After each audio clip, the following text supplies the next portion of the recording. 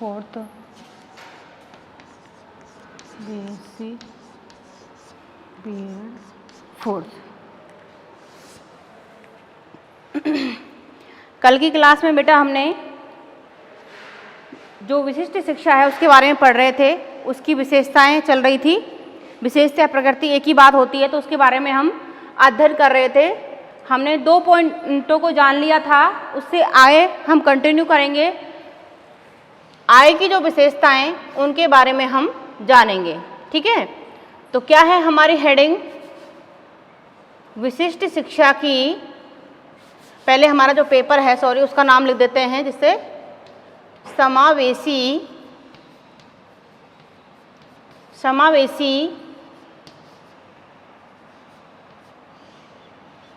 विद्यालय का सृजन। ठीक है बेटा।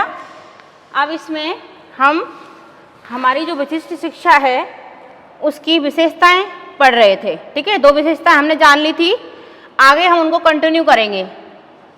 विशिष्ट शिक्षा की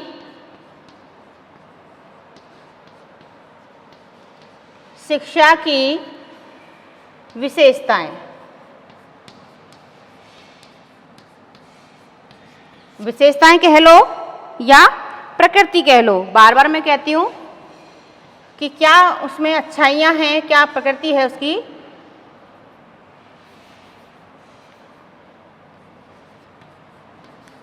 ठीक है। तो पहली कल हमने 2 विशेषताओं को जान लिया था, आज हमारी तीसरी विशेषता होगी, तो उसके बारे में हम जानेंगे। लिखो, आगे कंटिन्यू हो, इसे नोट डाउन करना है आपको। तो लिखो, विशिष्ट शिक्षा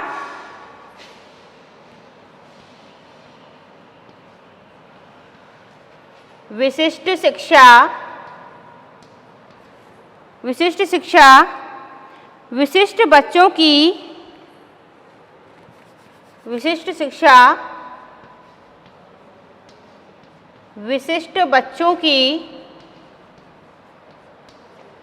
बच्चों की पहचान व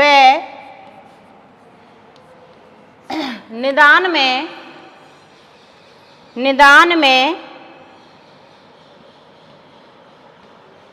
सहायक है। ठीक है। क्या है हमारा तीसरा पॉइंट?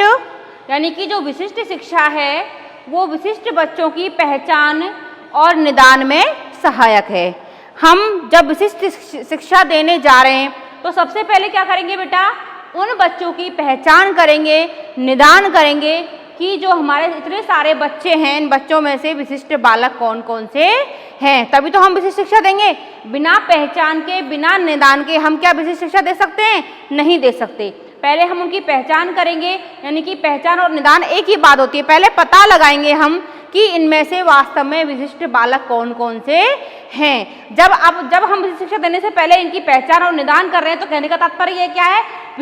जो हमारी विशिष्ट शिक्षा है उसी के लिए तो पहचान कर रहे हैं हम, उसी के लिए निदान कर रहे हैं। तो कहने का तात्पर्य है जो हमारी विशिष्ट शिक्षा है वो विशिष्ट बच्चों की पहचान और निदान में सहायक होती है। सबसे पहले हम उन बच्चों को क्या करते हैं? पता लगाते हैं, निदान करते हैं कि वास्तव में विशिष्ट बालक कौन कौन से हैं। उसके बाद ही हम उनको विशिष्ट शिक्षा प्रदान करते हैं। ठीक है। ये हो गया हमारा तीसरा पॉइंट। आगे हम लिखते हैं चौथा पॉइंट। लिखिए, विशिष्ट शिक्षा की प्रकृति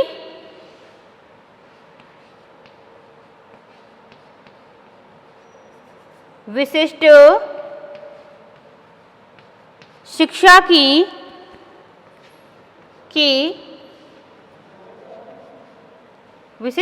की प्रकृति विकासात्मक